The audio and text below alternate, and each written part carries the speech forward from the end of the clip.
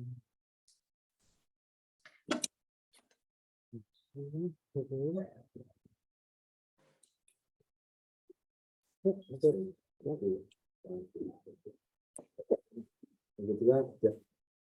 good morning, everyone. Winding down from the summer. So we are continuing volume 14 of Tzurba Rabbanan. Onto the last year. I don't think we'll finish it today, but we're on the last year in the book. Now we're getting on to the halachot of Ikar and Tafel. We've been discussing over the last few weeks the different brachot rishonot for food. Before we discuss Brei Priya Etz and Brei Priya Adama, when does what fruit is considered fruit of the tree, what is considered fruit of the ground, what do we do when we have crushed fruits, etc. Last week we spoke about soups, we spoke about fruit juices, etc. We're going to repeat that. But one of the principles which kept coming out, we kept saying you have to be patient, we'll get there. So today we get there finally. We talk about a very fundamental principle when it comes to brachot. True, this would apply to brachot rishonot and brachot achronot, which is the idea of Ikar and Tafel. When I have two foods, and we're going to have to look at many different examples of this, there are many different ways that this can come up, but you have two foods or more, you have a mixture of different foods which have different brachot. If they have the same brachas, and there's no question, but one food is primary and one food is secondary. And how do we determine whether we actually say that one food is primary and one is secondary? How do we determine which is primary and which is secondary in order to say the bracha? And the idea is one bracha would exempt the other food as well. And conceptually, there's probably two ways of looking at this. There might be more, but I saw in Rav Malamed in Pnei Aracha, so he gives a mashal. He says, imagine somebody gave you a present, and you have the present which is all wrapped up in the wrapping paper, and you go up to the person afterwards and say, thank you so much for the present, and thank you for the wrapping paper, the gold wrapping paper and the ribbon on top. That was just beautiful. And the person says, what are you talking about? The wrapping paper was just there in a way in order to present the present to you. The paper's in the bin, but it's really the gift that you want to give thanks for. It makes it a bit seems a little bit strange to be thanking for the wrapping paper, which is completely meaningless. So he says that the analogy, of course, it's not a perfect analogy. No analogy ever is perfect, but that's maybe the idea. You have the Ikar and you have the Tafel. You have that which is primary. You have that which is secondary. So we give thanks for that which is primary, and that is enough. Let's say two ways you could look at this conceptually. Either we'd say that when we have a mixture, so we have the Ikar and we have the Tafel, but the Tafel is exempt from a bracha. Meaning there is no bracha required on the secondary food. There is only a bracha required on the primary food. Or you could say, maybe not everything, you need to say a bracha on everything which you eat.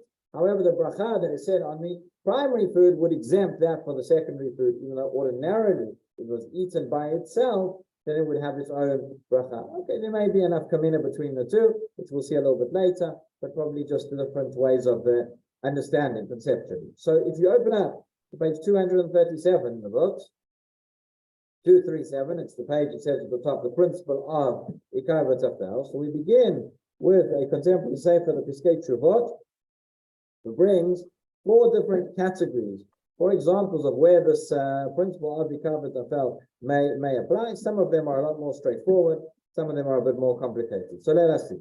Source number one. There are four different categories where this idea of Ikar and Tafel would apply. Three of one type and one of another type. So what are the first three types? These are a little bit more simple, more obvious maybe.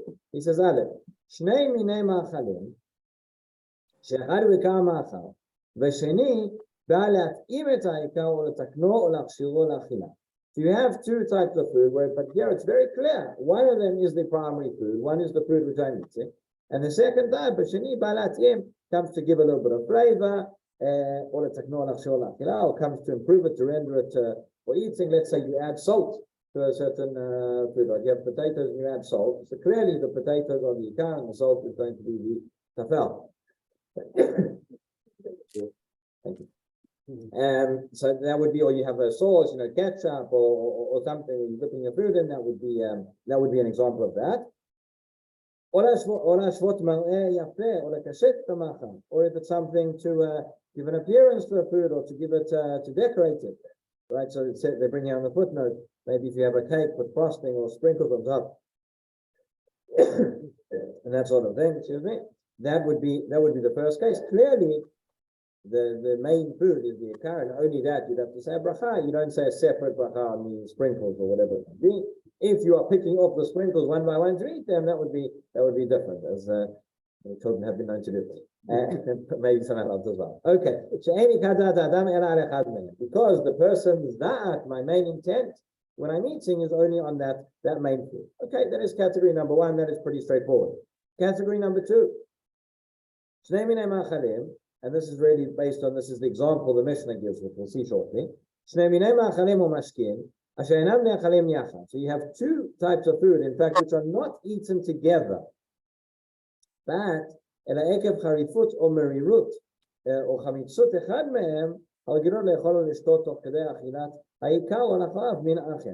what happens? You have a food which is very spicy or very bitter, very sour, maybe it's very sweet, whatever it is. And as a result of eating that food, you need to eat something else to sort of blunt the taste that you have from the first food.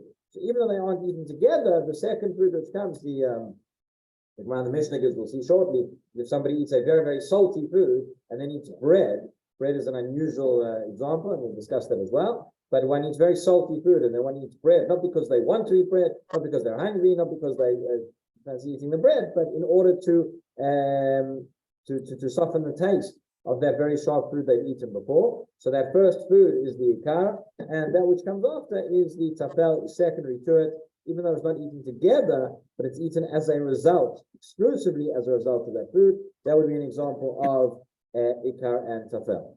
Okay, those are the first two cases. Case number three. It's a min ma'achal, she'en meshamesh b'ikaro l'tzorech achilato, ela kedei lachzik ma'achal acher, so yeah,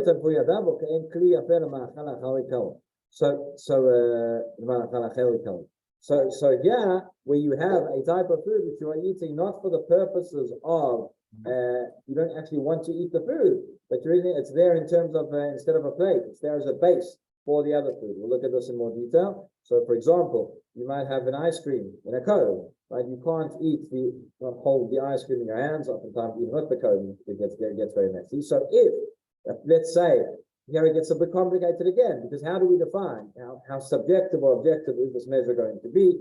How do I define if the person is eating the food just as a base or actually wants to eat it? But let's say a person has no interest in the ice cream cone itself, so you'll say, why don't you just use a cup? But anyways, a person chose to have a cone, but it's not a flavored cone, they aren't interested in eating it, they just want to eat the ice cream. So the ice cream is the Ikar, is the primary food, and the cone would seemingly be Tafel. We'll come back to this example. All of these examples we'll come back to. They're complicated. Right now, we're just laying out the foundation, the structure. Another case where this comes up might be, many chocolates, wafers, biscuits, etc. A chocolate coated wafer, or different types of chocolate bars which have some sort of wafer inside. Again, how do we look at it? This would probably be a subjective measure. Do you say that you enjoy the taste of the wafer, and therefore that would be primary, because it was or not, as we'll see later on? Or would we say, no, we don't look at the wafer as part of the food. The wafer is just there kind of holding the chocolate together, because you can't have that by itself. Remember, Ron Nervous is fond of telling the story that years ago in Ireland, there was an advert, it might have been in other places as well, there was an advertisement for Kit Kat. And you have different people in the family arguing. One says it's a biscuit, one says it's a bar. What is it? Is it the biscuit or the chocolate? We brought that to show this case of the current Tafel. Would it be charcoal? Would it be or not? That may depend on this question. How do I look at it? If I look at the food as a base, so then we'll see how that relates to these halachot. So these are the first three categories. The part involved now in source number one is that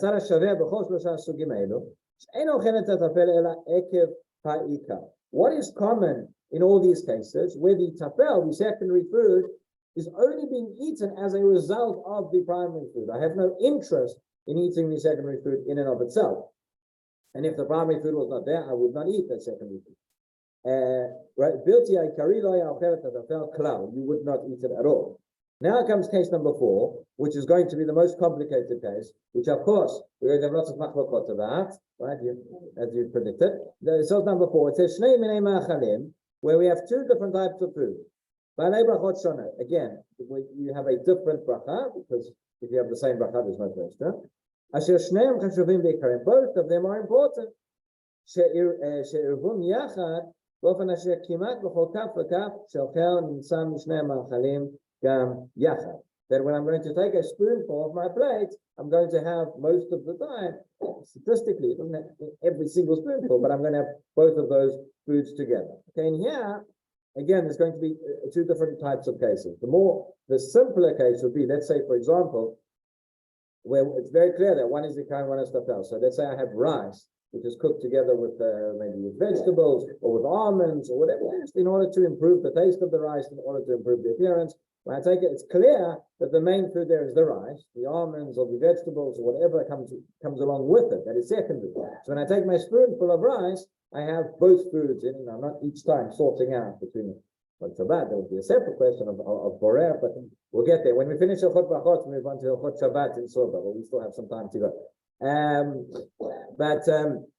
So there it's clear, you only say bracha on the Ikar and not on the Tafel. You only say Borei Menemes or not, then you don't have to say a separate bracha on the almonds, or in fact, you shouldn't say a separate bracha. But there's another case which falls into this category where I have two large foods. I think I mentioned last week, maybe the case of fruit salad, right? Where I have apples, which are Borei Pri Ha'etz, and pineapples, which are Borei Pri Ha'adamah, and I'm taking out my fruit salad, and there are large pieces of both of those. Do I consider that as Ikar and Tafel, and in which case, which is Ikar and which is Tafel? Or is that maybe different, where I would require a bracha on both of those? So we'll see. That is going to be a machloket between the Mishnah Berurah and the Chayada. So we have the four categories. Just to recap, we've said Ikar and Tafel. This can either be in a case where we saw the first few cases where the Tafel, the secondary food, is there only being eaten as a result of the primary food, or there can be a case as well where I'm interested in eating both foods, but it just happens to be and they're mixed together, or whatever it is. Should mention here that everything we're talking about is where there is a mixture, where the foods are being eaten together. Again, you can have on your plate separate foods. You can have the meat and the potatoes and the rice, and even if you end up eating them all together in the same mouthful, but clearly these are separate foods, these are separate entities. I relate to them as such, and each one requires its own bracha. We're talking where it's one, where it's one food. So on page 238. We're going to jump into the primary sources now. The Mishnah, source number 2, the Mishnah in Masechet Brachot, Tafel Dalet Amud Aleph. Says the Mishnah, "V'ir lefanav maliach chila upat imo." So they brought, a person had the salted food that was brought to him, and then they brought bread to have with them, as a result of the salty food which one eats. So unusually, although normally we say we make the bracha on bread, and again, if this was the case where the person would eat the bread anyway, and the person is interested in having bread as part of their meal, then they should really wash and eat the bread first. But if it was only being eaten as a result of the salty food, so then we say one would say the bracha over the salty food, the fish or whatever it may be, and that would exempt the bread as well. The principle is that the bread here becomes the secondary food. This is the principle. Wherever I have a primary food and together with it a secondary food, I only say the bracha on the Ikar and not on the Tafel. So asks the Gemara, this is an unusual case. It says, what is the case where bread, normally speaking, we would look at as the primary food? So what is going on over here? Says the Gemara, bread Rabavira, Amaravashi,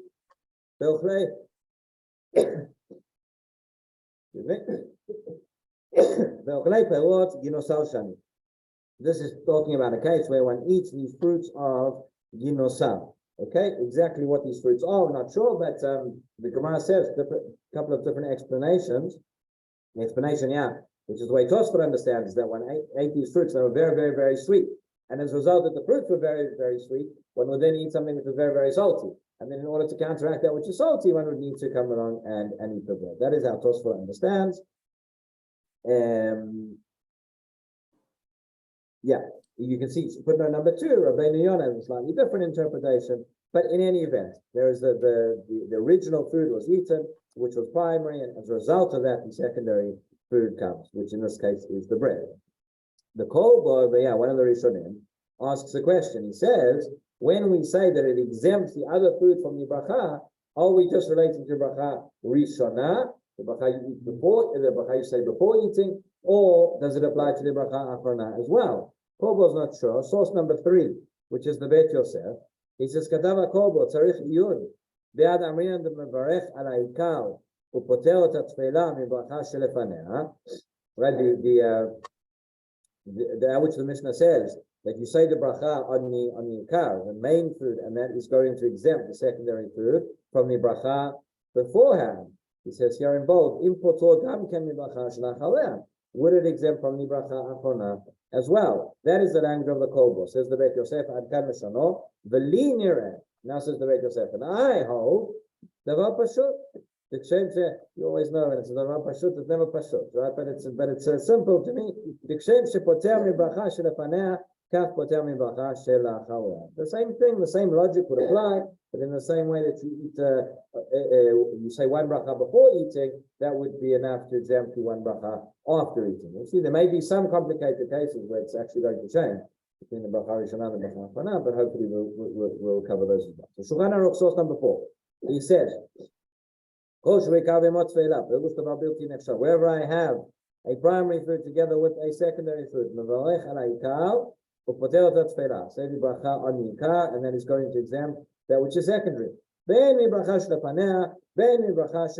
Whether this is before eating or after eating. So says the Shulchan Aruch, obviously this is where the two foods are mixed together. I'm eating them in the same mouthful.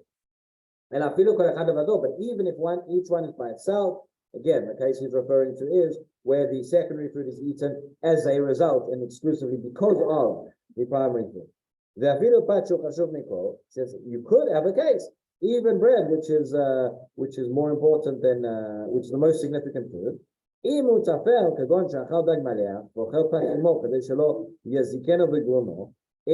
Right, bread could be secondary. You ate this salty fish, and then you needed to eat the bread in order to get the shulchan in the throat.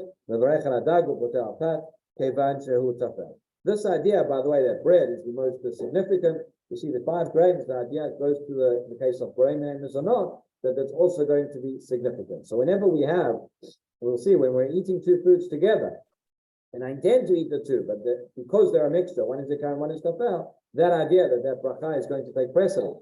Yeah, that's where I'm eating one food by itself as Ikar, and that causes me to eat something else subsequently. That's where the part could be the secondary bracha. Okay, so now the question is, when I have two foods, when I eat two foods together, let's take the example that you might have a pastry, for example, a stuffed pastry, which has got you've got the pastry on the outside and you've got the meat or something else on the inside.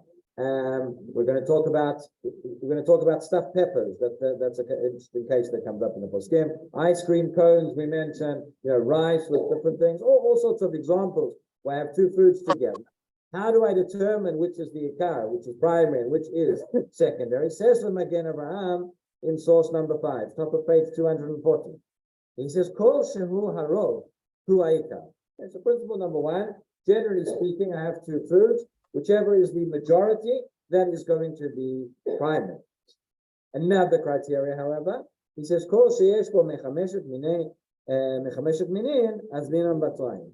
If one of the foods is in the 5 categories of grain, in other words, one of the foods is mizonot, then that is, generally speaking, going to take precedent.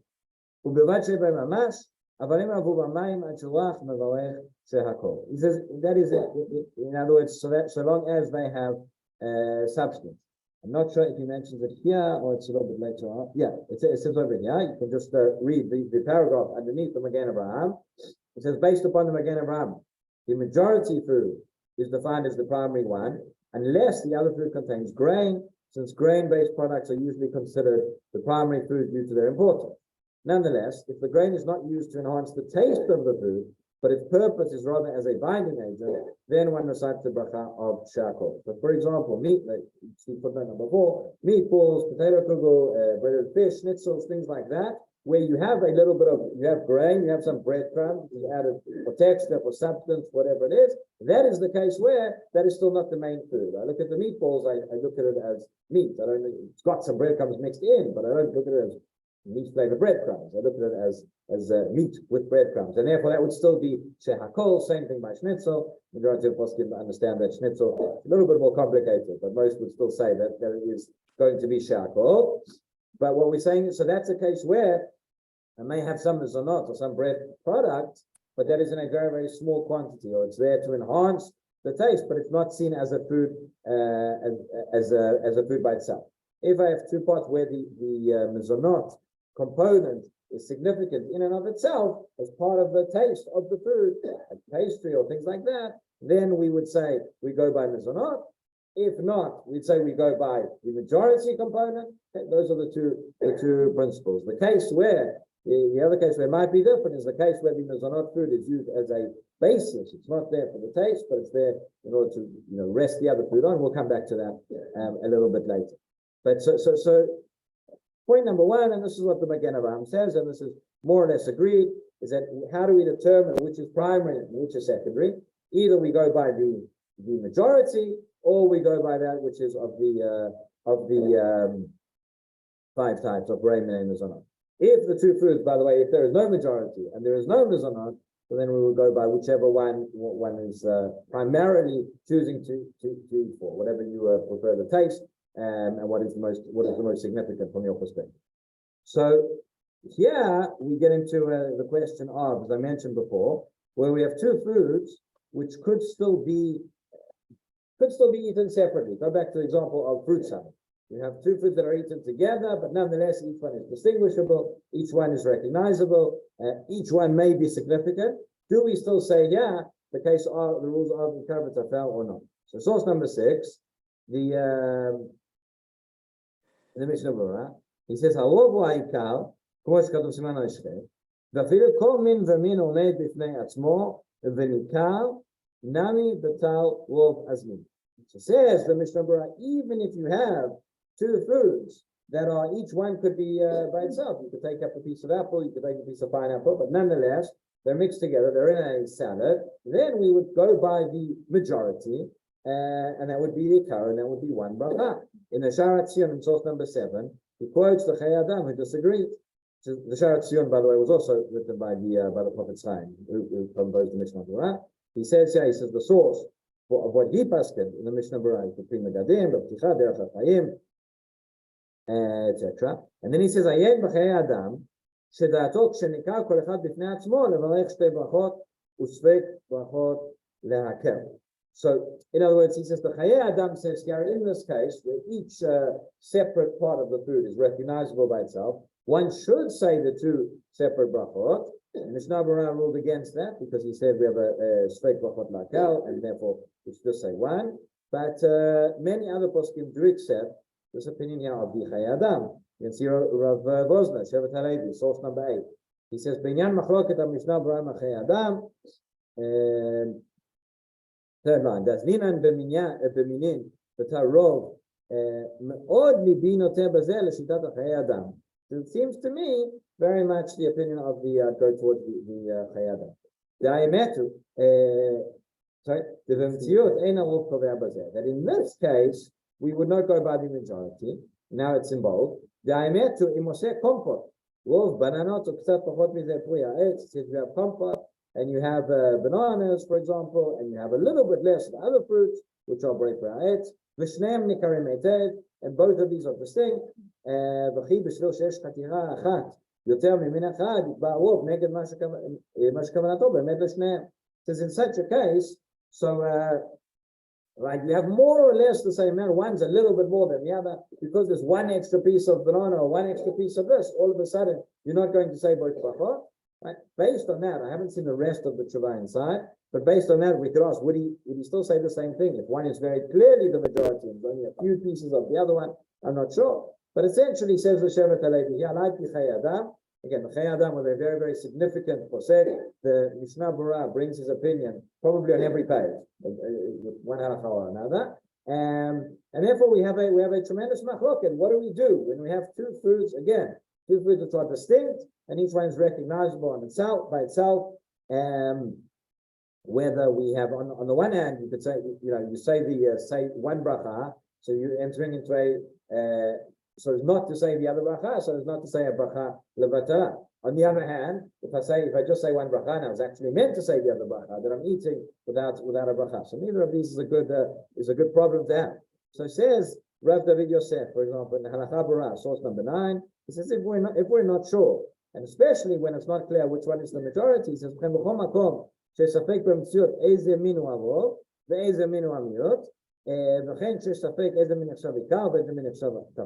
when it's not clear whether one is which one is primary or secondary, or whether one is primary or secondary, he says the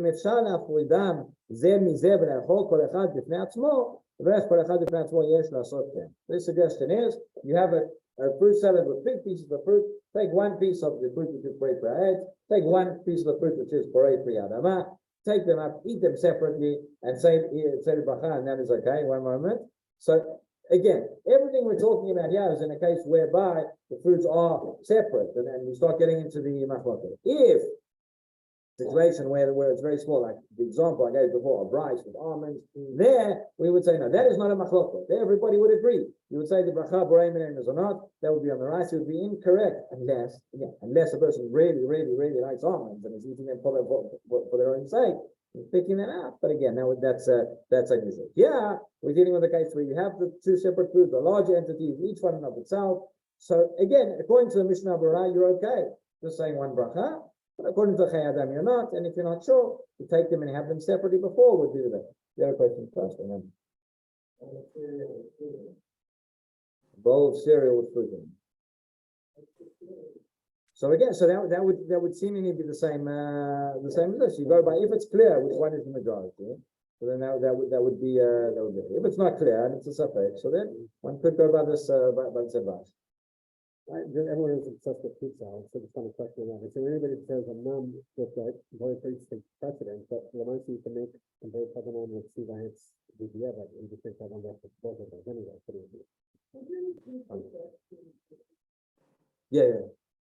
No, I was just saying on a fruit salad, basically you can make both the other man be more soothing. It's the same way, even if it is, the other brothers preferable. I mean, you could still make one and do both of those. And I don't see anybody suggesting just do that and be prepared. Okay, so the question was, we spoke previously that if I have two fruits, right? One is if I was to say the bracha of borei pri adama, where I was meant to say the bracha of borei pri ha'etz, at least b'diavad that would work, because ultimately a tree comes from the ground, and therefore if I said borei pri adama, so if I have the case of a fruit salad and there's two different fruits, couldn't I just take the one and say borei pri adama, and that would be poter?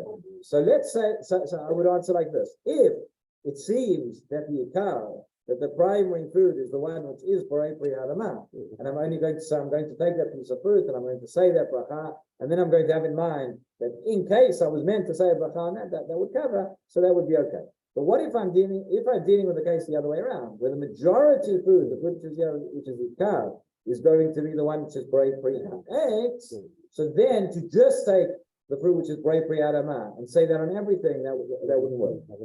So then I would have to, just to clarify, I told you it's complicated. This discussion, it presumes that the 35 system, which is one thing, which may be the top of one thing, but with the standard fruit salad today, we usually have 5 or 6 different fruits, and some of it to be obviously have enough. And sometimes it doesn't have to aggregate them. And so when the majority are well, or does one say this one is still minority, this one. Yes, no, that's a good question. So Jeremy's asking the question, does this apply if it's just 2 different types? Or let's say we have 5 or 6 different types of fruits, and can we say the 3 fruits we add them together, which are 8, are more than the 3? So yes, we go more by the brachot than by the 2. Yeah. The case of cereal and fruit, if one wants to, is it okay to take the fruit by itself and make a bracha on that and make a bracha separately on the cereal? Yes. If again, assuming that one is eating, but this is the difference between our case and the case in the Mishnah. You're understanding. The case in the Mishnah was one eats the Tafel food, the secondary food is eaten exclusively because I ate the primary one. I'm not interested in it by itself. Any case where I am not interested in the food by itself, I'm only eating it because of the other food that I ate. So there would be no bracha. Where we start getting into a gray area is where I'm eating 2 foods or 5 or 6 foods, whatever it is. But I would be interested in eating the secondary food by itself if I didn't have the primary one. I'm interested in the taste as well. So yeah, we're not sure. So if we're saying they're both of them are distinct, is one allowed to take each food separately and say it's own bracha? The answer is yes, one would be able to do. But the milk in the cereal, you would not make a bracha. The milk in the cereal, okay, so the milk in the cereal depends. If I'm eating, generally speaking, I'm only eating the milk because of the cereal. And therefore, even if I finish the cereal and there's another spoon or 2 of milk left, which I just finish up, then that would be fine. And I would not have to say a separate bracha for that. But if one is interested in drinking the milk and there's a lot left at the end, so then there may be a situation, and maybe that I would have to say a separate shakol. The best to do in that kind of case is find something else that's a shakol, eat that as well, and then you're covered, right? Okay, let's see. Again, we're going to some of the more specific examples as well. Page 242, where one food is used as a base for another food. So where this comes up a lot, mentioned the chocolates and different things beforehand. We spoke about ice cream cones. What about the soup we spoke about last week? It seems like an onion soup and a bread. You're saying you're eating the bread in order to get the soup. So there I think it would be different because you enjoy the taste of the bread, meaning you've got the flavor. You could even argue the other way around. You could even argue that you're eating the bread, you want to enhance the taste of the bread with the soup. In the same way, maybe if you put sauce on it. I know that's the case, but like sometimes you get like an onion soup and a hollowed out loaf of bread instead of a bowl. That's what I'm saying. Like when they scoop out the thing and they put the soup in the bread. Okay, but so again, I would think in that case, you're probably you're enjoying the taste of the bread, and you would probably have to you would say how much and that would exempt. I would think. Okay. So one case we didn't mention, which is a very common case where one food is used as a base for another food, what we would call crackers. Right? You have a cracker where you put on might be and there's 2 different scenarios. You could have a spread, jam or cheese or whatever it is, or peanut butter, which spreads chocolate spread, which is spread on the cracker itself, or you have the cracker together with Oreos. Crackers and it comes with something in the middle. Okay, maybe, but if you have a piece of meat or a piece of fish which is eaten on, so there it's a separate food, but the cracker is used as the base or not. So let's see. So we're on page 242. Again, the Beit Yosef quotes the Kolbo, who we saw before. This time a different discussion. Source number 10. It's Kataba Kolbo Merkacha Shemotzien al Kikim Dakim. So we have a type of jam which is spread on these thin wafers, thin crackers, whatever it may be. This is Otam Kikim Abutfei al Merkacha. Shadara Yadua שאין בהם שם לאכול לחם, ואותם חלקיקים אינם בהם אלא לדבק המרקחת עליהם, כדי שלא ינטפו הידיים בדבש. He says, in this case, what happens? You want to eat the jam. He says, these wafers you're eating, a person doesn't want to eat bread or just using them, so you can't pick up the jam on your fingers and sort of lick it off. Maybe some people can, but you shouldn't. So therefore, you're using the wafer in place of a plate, right? You don't actually have any interest in eating it, and therefore he says that these wafers are going to be secondary, and the bracha on the merkacha, the bracha on the jam, is going to be poter. Okay, we're not finished yet. Hang on, hold on. So the Shulchan Aruch says in number 11, he says merkacha shemenichim al kikin dakim. He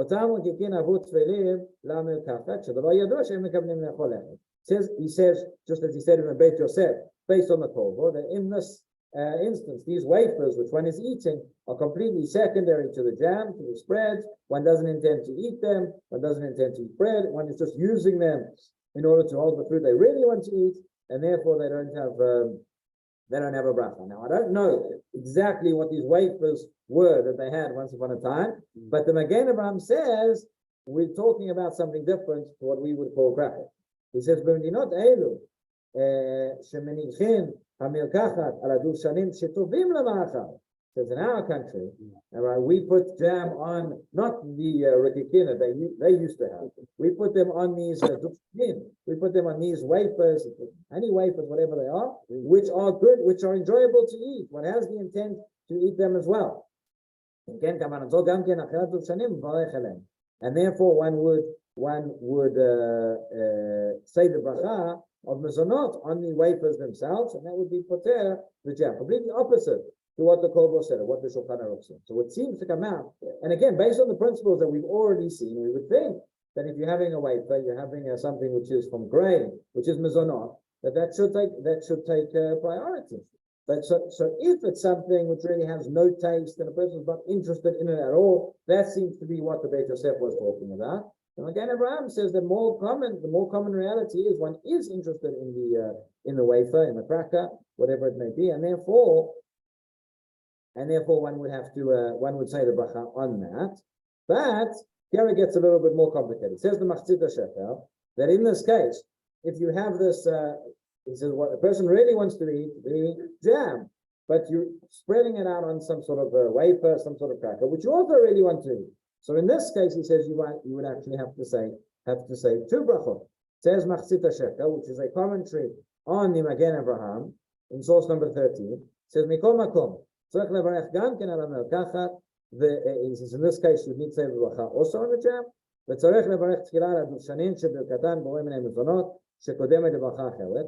you would say the bracha of mizonot because that always comes first. It says later on, unless we say this is the case of Ikar Tafel, and you would actually only have to say the bracha of mizonot. So let's see the Piskei Teshuvah here, source number 14, translates it a little bit into our days. Again, one of the difficulties when you learn what the truth is, when we learn many different areas of halakha, you go through the cases in the Gemara, you go through the cases in the Rishonim, and even the early Achronim, the things that they ate once upon a time are so different to the things that we eat. What are their wafers? What are our wafers? What exactly are we talking about? Of course, the principles remain the same. And that's why we're learning exactly the principles of Ikar Tafel. Now it's the application, it's the translation maybe into our also processed foods that makes it more difficult. So source number 14 says the Piskei Teshuvah as follows. Let's try and summarize what happens when you have one food used as a base, a cracker or a wafer. He says, like, I get there, but Kol davar she'ena derech le'echol oto levad, ela kemimrach ekatosefet lemachal acher, birkato nitfelet lemachal hashem. Any food, and this is consistent with what we've learned until now, any food that would not be eaten by itself. So generally speaking, you have a spread, you have a food which is an addition. You would not eat that food on its own, but you would eat it in addition to something else. So yeah, if I'm spreading jam on the cracker, most people don't eat jam by itself. Then I would say that it becomes tafel to the other food. Even though you're enjoying, right? You don't want to eat the dry cracker. You want to eat the cracker with something on it. You're enjoying it. Nonetheless, you would say the bracha on the cracker itself. Second paragraph, he says, however, right? Somebody's eating crackers together with other types of food. You might have cold meat or herring, vegetables, etc., all sorts of things. In such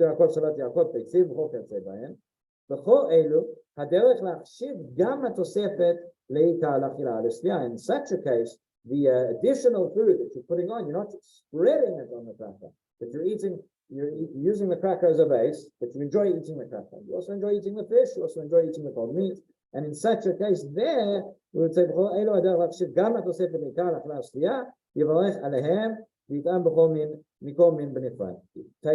the bracha on each one and take a bite of each one independently, and then you can eat them together. That is summarized there at the bottom of page 243.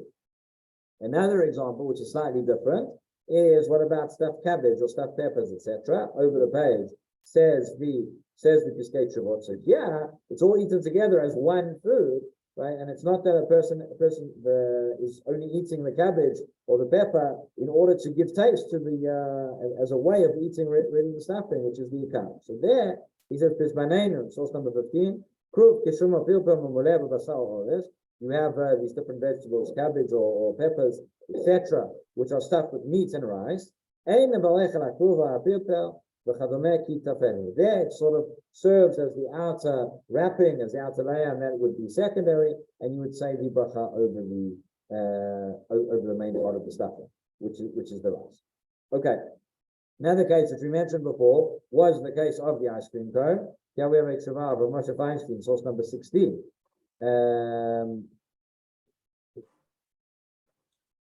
So he says like this: ניכרת וחשובה שראויה וחביבה לאכול בפני עצמה, כגון פריחים דחים של גלידה, ice cream wafers. Right? So yeah, he's talking not necessarily ice cream in a cone, but maybe ice cream sort of biscuits and things like that. Yeah, but I see all on top of it, they talk about that's ice cream sandwiches. That used to be his case. Ice cream sandwiches, okay? And there, so where you have the bit, which is the wafer, which is mezonot, which is edible, which is enjoyed by itself, then obatzek dak ממולא פירות מתוקים, yeah, right, pie crust or strudel, ורצה לאכול אותן ראשון בפני עצמן, יש לו רשות לברך בורא מיני מזונות תחילה, ואחר כך על העיקר. So he says over there, even though the ice cream or the filling or whatever it is, that is going to be the main food, one can eat the crust or the wafer beforehand and say the Borei Minei Mezonot, in this case, where there are two distinct entities. Hatam, at the top of page 245. For many people, maybe for most people, that Mezonot food in this case is something you would eat and you would enjoy by itself. שלכן יש לעשות לרוב בני אדם לברך תחילה על חתיכה קטנה מזונות, אחר כך על הממולה שהכל או העץ כפי מה שהם. And therefore, it would be good to say first the bracha of mezonot, and then afterwards the shakol or aids, depending on what it is. However, אבל אלו שאין רצונם אלא בממולה, אף שאוכלים אותם מחמת שאין על כל פניהם אותם מחמת שאין, so those people that are only interested in the actual ice cream, right, I'm only eating the cone or the crust or whatever it is because I want to get to what's inside, in that case, it would be the mezonot that is outside would be secondary. So similar idea in source number 17, refers to writes regarding ice cream cones. He says clearly that ice cream is ikar and requires a shakol. Whether or not one recites a mezonot on the cone will depend on its function. Tasteless cone used only to hold ice cream requires no bracha, while a tasty cone eaten also for its taste would require a mezonot.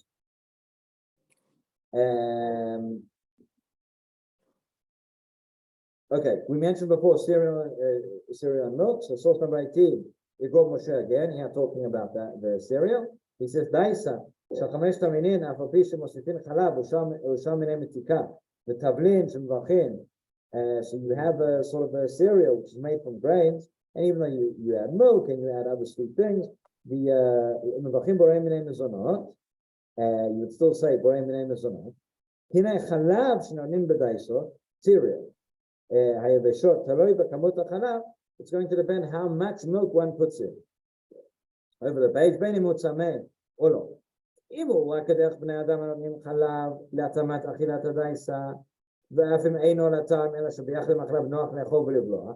If it is because you're just putting in, like most people, you're adding milk to the cereal because that's an easier way to eat the cereal. You don't want it dry and crunchy because the dentist told you don't eat cereal by itself. You need to have it with milk. So that is, yes, it's a true story. I will talk that one for the dentist.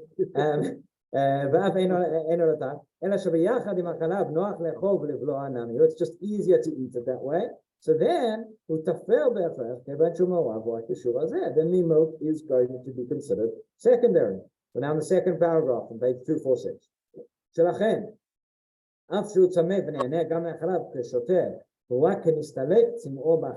Even though there's a little bit of milk left over and you're going to eat it, drink it, you get benefit from that.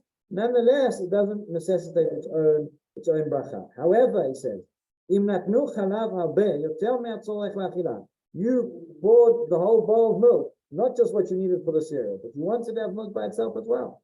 Then ugam kishtia mamash v'tzorech levarech gam al hachalav she'akol. In that case, you're interested in drinking the milk by itself, and you would have to say a she'akol. Yeah. So again, if he's pouring the cereal, they're not drinking it. If they're not drinking it, then there's no bracha. Yes. Baltashkid is a separate topic. צריך לברך גם על החלב, שהכל אף אם אינו צמא מאחר שעל כל פנים נהנה מהחלב מצד עצמו, והוא נהנה בפני עצמו.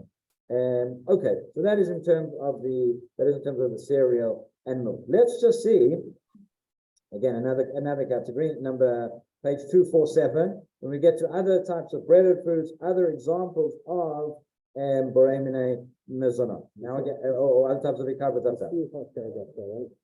Yeah. So the last paragraph of Moshe on page 246. Im yesh sham peirot kmo banana, or bananas in English, shem chatichot, ein shayachim klal ledaisa, af shnimtzu b'yachad, v'tzorich levarech aleim b'fnei atzmam. All right. So he says if you have large pieces of fruit which are in the cereal, those would be judged actually by themselves. Those are not part of the cereal, and they would need a separate bracha. However, sugar, if you pour sugar on, so we see again that's what Moshe seems to be going more like the Chayei Adam. Right? Not clear whether the Mishnah Berurah would necessarily agree with that, but that's what Moshe says. If you have the large pieces of fruit in the cereal, those would necessitate a bracha on their own. Okay, so on page 247 we have now another Gemara in Brachot. Rav Shmuel Amrit Tafel. Kol sheyesh bo mechameshet aminim mevarchim alav borei minei mezonot. As we've already said, when I have two foods that are mixed together, and I'm interested in eating both. We've just been discussing what happens when you have the grain, when you have the mezonot, but it's not really part of the food. It's maybe as a base, it's maybe as a wrapping. That might be something else. But where I'm interested in both foods and they're in a reasonably equal quantity, then we said we go by the majority, and if not by the majority, or maybe not by the majority, if one of them is borei minei mezonot. Okay, but how far does this go? We said it doesn't apply in every case. You can see source number 20, Halacha Brura, which again is Rabbi Yosef, who is the son of Rabbi Yosef, one of his sons. He said, Basar ofoto dagim, shemetzapim otam mikol stadehem bekemach umetagnim otam. So you have fish or meat or chicken, like schnitzel, which is covered in flour and fried. If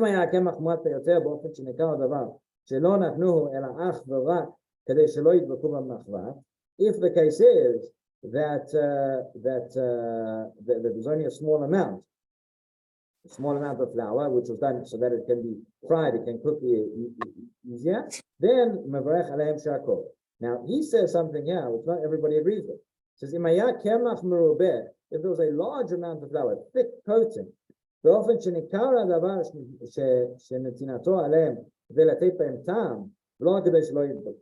it's there in order to add flavor and not just so that it doesn't stick, then he says the bracha would be mezonot. However, many poskim are going to disagree with us. You can see Rav Vosner in Shevet HaLevi, just over the page, source number 21. He says, we have fried fish covered in matzimeh on eggs. It can be fish, it can be meat, whatever. But the point is, there's a coating here where it's fried, which is from mezonot. Again, everybody agrees. If it's just a small amount so that it's not going to stick to the pan, there's no question that does not take the bracha. If it's a large amount, not only so that it doesn't stick to the pan, but so that it enhances the taste. So he says here, in bold, says Rav Osna, source number 21. Again, it's obvious, right? It's obvious to me. The bracha will always be shakol. I think most poskim would agree with this. At the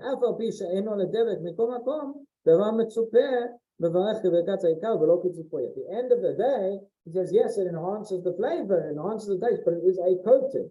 Again, you look at schnitzel. If I was to ask you, what is schnitzel? You'll say schnitzel is chicken coated in breadcrumb. And therefore, I'm still saying the bracha on the chicken, not on the breadcrumb coating. One exception to this, where it's a little bit different, is you can see we have a nice picture to make you hungry. At the bottom of page 248 is kubeh, right? Where you have meat on the inside, but you have a large, the dough that is on the outside is more than, it's not just a layer of coating, it's much thicker, it's different, it gives a different sort of texture. It really is a significant fruit on its own right. And again, the proof is maybe if you look at the way that maybe not the proof, but you look at the way we relate to it. What do we call the food? You don't call it meat coated in it, right? There's a dough that's significant. It's proof it's something else, not just the meat.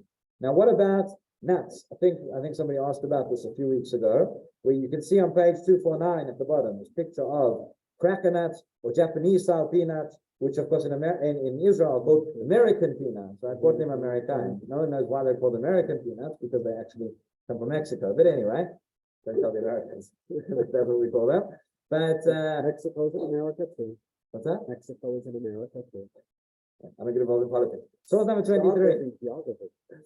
Or geography. Source number 23, the Pnimei Halakha, he says, so again, what are these? You have peanuts which are coated, again, in flour. It says, botnim amelikaim, and botnim shemitzupim b'shekva ava shel kemach in mitzikut. So it's a flavored flour to make it sweeter. It's a thin layer on top. So here, kevan she'akemach hu echad mimarkivei ha'ma'achal. Okay, in this case, since the flour, the coating is a significant component of the food, the birkato mezonot, the bracha is going to be mezonot, even though it's not the majority, but it's still part of the.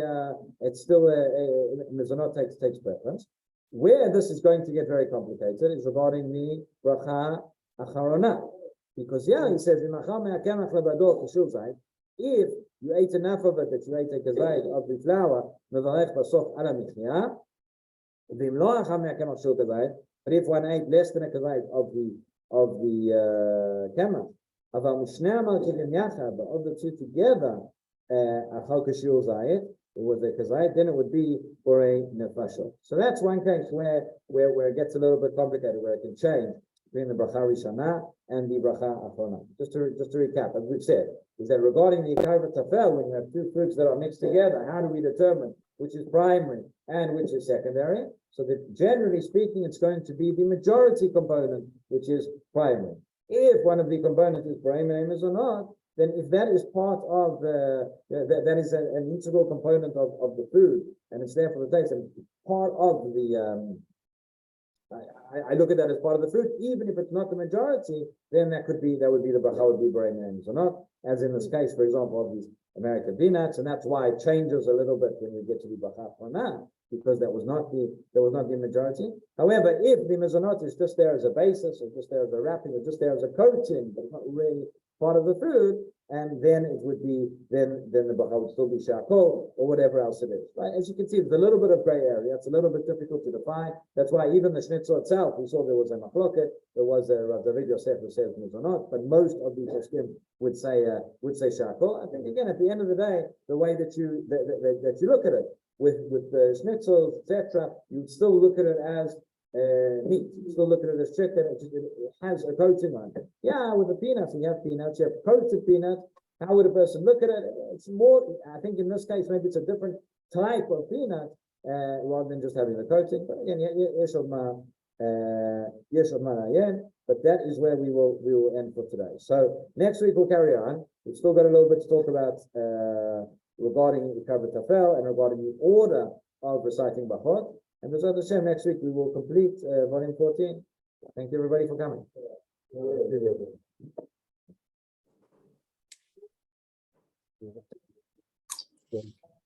Hey,